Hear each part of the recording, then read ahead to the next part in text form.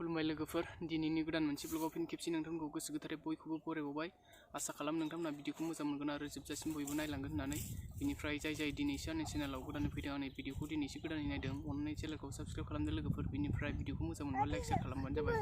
बिनिफ्राय आं दिनैनि भिडिअ बानायनायनि जाहोना जाहैबाय थारमाने डिस्टार्बटार सासे गथ' दंफैफायो नै आंजों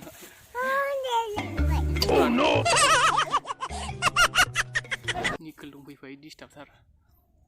ओमफ्राय थारमाने आं दा लं जाम्प प्रेक्टिस खालामनो नागिरदों आरो लोगोफोर ओमफ्राय आं शेयार खालामलांबाय थानोसै नोंथांमोनाबो भिडिअखौ मोजां मोनबा आंजों लोगोसे जोबजासिम नायलांबाय थादो बिनिफ्राय आं सिगां बै दस्रा जायगायावसो खालामदोंमोन आरो दै सेरावहाय बिनिफ्राय बाहाय अन्थाइ एसे हा गोराबो दं नालाय बिनिफ्राय आं बेखौहाय गारनानै दा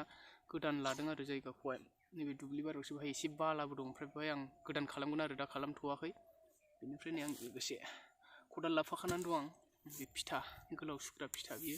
फिथाबो लाफाखानानै दं आं बिनिफ्राय जायगाखौ खालामसै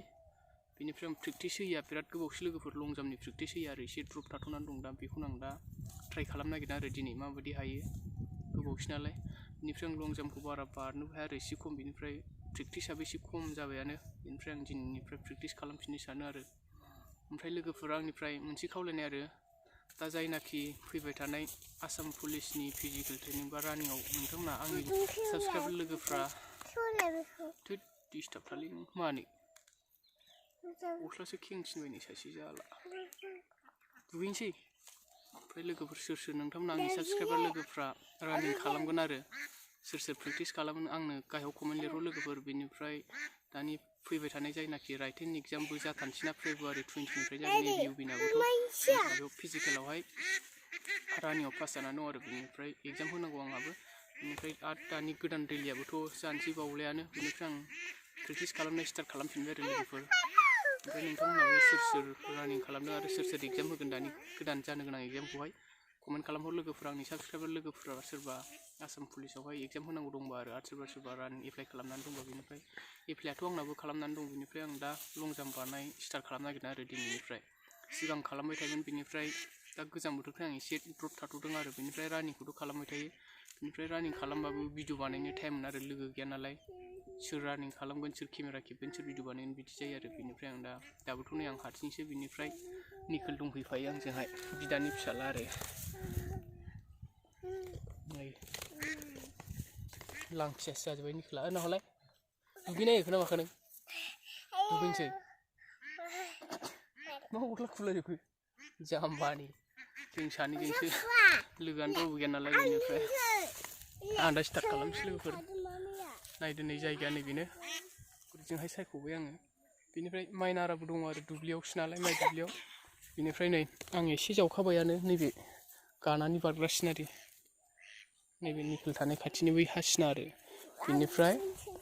नैबेहाय खालामसै बारहरग्राखौहाय नैबे खन्द'आव जावनोसै आं हाखौहाय नायलांबाय थादो लोगोफोर आं स्टार्ट खालामसै भिडिअखौहाय नैबे खन्द'आवनो जावनोसै आं दा फिथाखौ लाबाय बिनिफ्राय सुनोसै आरो ओमफ्राय आं माबानोसै हा जावफ्लेनायखौहाय थारमाने आथिं सायनि हा जावफ्लेनांगौ नालाय नैबे 12 फिट दं दै फिथाया बिनिफ्राय आं 10 फिटनिफ्राय जावफ्लेनोसै दा सुनोसै आङो नायलांबाय थादो लोगोफोर बिनिफ्राय केमेरा हमग्रा मानसि लोगो गैया नालाय आंनो हारसिङैनो स्टेन्डआव दोननानै खालामसै आरो भिडिअखौ बारा मोजां जानाय नंला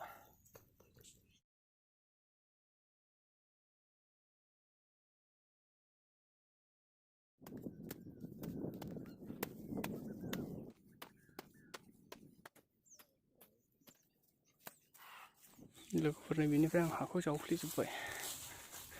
बादग्राया नैबेनिफ्राय जाबाय नैबे फिथाखौहाय नैबे सिननिफ्राय गोलाव दोनसै आरो सुनानै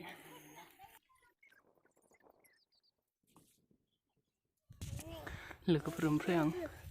नैबे फार्स्ट सिननिफ्राय बैसिम 12 फिट सुना दोनबाय आरो ओमफ्राय फिथाया 12 फिटल' नालाय जहाजोबबाय बिनिफ्राय 12 फिटनिफ्राय हरैजाय फिथाखौ ब्लक खालामनानै दोनलांबाय आरो आं दा फार्स्ट ट्राइ खालामसै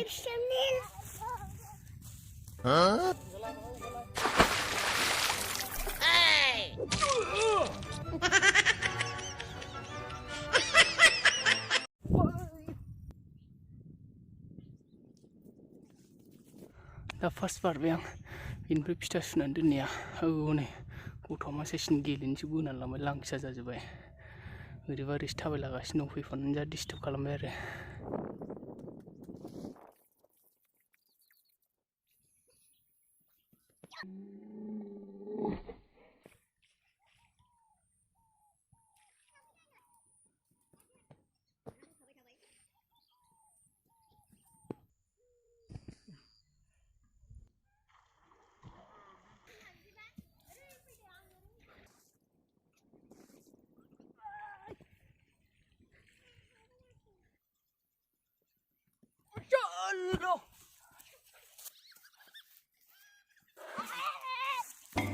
Oh no! Nikla barnaya, ayo. Batin jar barna itu nikla. Logoफोर दाना ada मेंबाय आथिं सालायलायबाय रानिं खारबाय थानानै नैबेनिफ्राय नैबे खन्दनिफ्राय नैबेसिम सानानै दंखायोमोन नै एसे ओमफ्राय आरो दा लं जाम्प बारनानै सासिनबावबाय बेनिफ्राय बिसिबां बारखो आंथ' दहाय सिगाङाव खोन्थानाय जायासै बेनिफ्राय आं एबार फिथाजों सुनानै खिथानोसै बेनिफ्राय आं 6 बार 7 बारसो बारबाय आरो एसे बुरजा बेनिफ्राय आं लावसिन बारनो हाथारनाया खनथाम खनब्रैसो नैबेसिम सफैदों आरो नै बेसिम फिथाजों सुनोसै आं ओमफ्राय दा बेसिबां जायो बैनिफ्राय लानानै ओमफ्राय बेनोसै आरो ओमफ्राय आं दा बारनो हानाय नंला लोगोफोर मेंबाय आङो आथिंबो साबाय आरो बेनिफ्राय आं दा फिथाजों निखोल गैलानि आंना पार्टनार लांसोसो जाबाय आंना पार्टनारा लांसोसो जाबाय निखोला गैला नै लंथंसो जाबाय सोर मालायबा सोर आं मिथिया आंनि पार्टनारब्रा नों नैबेसिमनो बेनिफ्राय आं बेजों फिथा खालामसै बै आथिं गानायनिफ्राय बेसेबां बारनो हाखो आं बेसेबां हायो बेनोसै आरो ओमफ्राय आं प्रेक्टिसाथ' गोबावसैमोन लोगोफोर प्रेक्टिस होयैया फिथा सुफिनसै आं एबारावहाय नायबाय थादो लोगोफोर निखोल हमथालाय बेयाव दे बोलांलाय हरै बोलां दे बोलांलाय बिजौआव हम दे औ जाबाय दे बिनिफ्राय सुबाय नै बिसिमोन नालाय आंनि बारनो हानाया ओमफ्राय बैनिफ्राय लानोसै र' दलद दोन जायालै लिडारसो पार्टनाराबो आंना दे एसे बोलांबाव दे औ जाबाय दे र' दलद दोन नै बिसिम जाबाय नै ओंखारथ'लाय नों बिसिम देहाथ' थरसे दोनसै बिसिम 12 फिट जाबाय बैनिफ्राय ओमफ्राय बेनिफ्राय बे आथिं गानायसिम लाबावनोसै बेसेबां जाखो बेनो लोगोफोर ओमफ्राय नै आथिं गाग्रा ड्रेन रावनानै बेनो र' बेखौ नैबेनिफ्रायनो लानोसै दे एसे बोलांलाय निखोल बिसिम लाबाय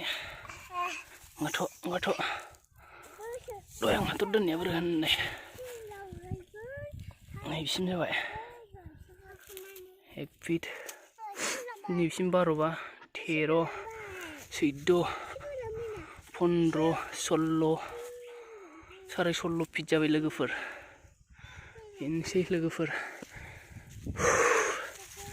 16.5 फिट बारबाय आं दिनैहाय लोगोफोर बेनिफ्राय आं दिनैनि प्रेक्टिसखौ बेयावनो दोनथ'नोसै ओमफ्राय नोंथांमोना भिडिअखौ नायनानै माबायदि मोनखो कमेन्ट खालामदो लोगोफोर बेनिफ्राय जाय आंनि भिडिअखौ दिनैसो गोदानै नायदों आंनि चेनेलाव दिनैसो गोदानै फैदों अननानै चेनेलखौ साबस्क्राइब खालामदो लोगोफोर बेनिफ्राय लाइक कमेन्ट शेयार खालामबानो जाबाय आरो ओमफ्राय आथिंबो साजोबबाय नैबेवहाय नैबे खन्द'आव थारमाने लं जाम्प बारहोनाय गोजाननिफ्राय नों बाज्रुम हरनाय आथिंखौ गागदोनाय जायोना बेवहाय एसे सायो आरो गानाय खदम साइजनि गानाय साइजआ मिलायाबा बेनिफ्राय जाय प्रेक्टिस खालामबाय थाखाय नोंथांमोनाथ' मिथिखागोनानो बेनिफ्राय जाय गोदान प्रेक्टिस खालामो मोजाङै खालामबानो जाबाय आरो बारनायफोरखौ बेनिफ्राय गोलाव बारनो हानाया थारमाने नोंनि गावबागाव मोदोम राफोद मोदोम रेजें खालामनायनि साइजआव जायो आरो जेसेनो मोदोमखौ राफोद खालामनानै गोजौ बारनो हागोन एसेनो गोजान लं बारनायाबो गोलाव थांगोन आरो ओमफ्राय आंथ' दिनै बेसेबा गोबावनि उनाव दिनैसो प्रेक्टिस खालामबाय नालाय आं बारबो बारनायसै बेनिफ्राय 16 फिट बेसे हेरफेर बेसे बारबाय थाबाय आरो बेनिफ्राय आं बिदिनो 6-7 बारसो बारदोंमोन बारा बारासै आं आथिंबो सादोंना बेनिफ्राय मेंबायबो ओमफ्राय नेक्स्ट भिडिअआव आं रानिंनिबो भिडिअ खारनायनिबो भिडिअ लाबोनो नाजागोन लोगोफोर टाइम मोनोबा बेनिफ्राय आं दहाय फार्स्टआव बुंखादोंमोन ना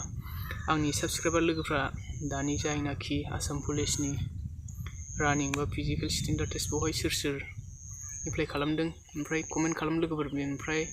दा मोनसे एग्जामबो जानो नागिरदोंना गोदो सिगां 2018निनो एप्लाइमोन बियो ओमफ्राय थांनाय बोसोर 2021आवहाय थारमाने रानिं जादोंमोनना बेवहाय सोर पास जानानै दं ओमफ्राय राइटेन एग्जाम होगोन अननानै कमेन्ट खालामहर लोगोफोर सोरबाफोर आंनि साबस्क्राइबार लोगोफ्रा दङबा आरो आंनि भिडिअखौ नायदोंबा। ओमफ्राय आंनाबो दंमोन आरो बेनिफ्राय आंबो एगजाम होनांगौ दं। ओमफ्राय